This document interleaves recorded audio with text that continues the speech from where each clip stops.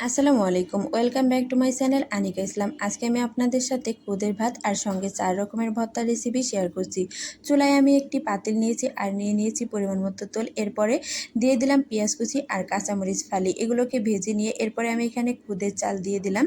আর খুদের চালটাকেও তেলের মধ্যে কিছুক্ষণ ভেজে নিয়ে আমি এখানে পানি দিয়ে দিলাম আর দিয়ে দিলাম লবণ। এরপর ঢেকে রেখেছিলাম, ঢাকনাটা খুলে দেখি খুদটা কিন্তু সিদ্ধ হয়ে গেছে। এবার আমি নেড়ে চেড়ে ভাতটাকে একটু ঝরঝরা করে রান্না করে নিলাম। অন্যদিকে আমি এখানে নিয়ে নিলাম শুকনা মরিচ, ভাজা শুকনা মরিচ কিন্তু এখানে আমি নিয়েছি।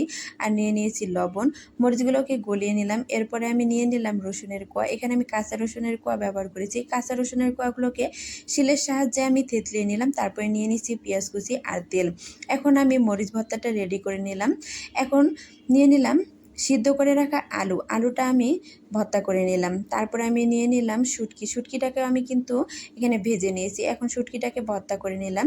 এই তো শুটকি ভর্তাটাও রেডি হয়ে গেছে। এরপরে আমি অর্ধেক শুটকি ভর্তা আর অর্ধেক আলু ভর্তা একসঙ্গে মিক্স করে আরও একটি ভর্তা তৈরি করে নিলাম।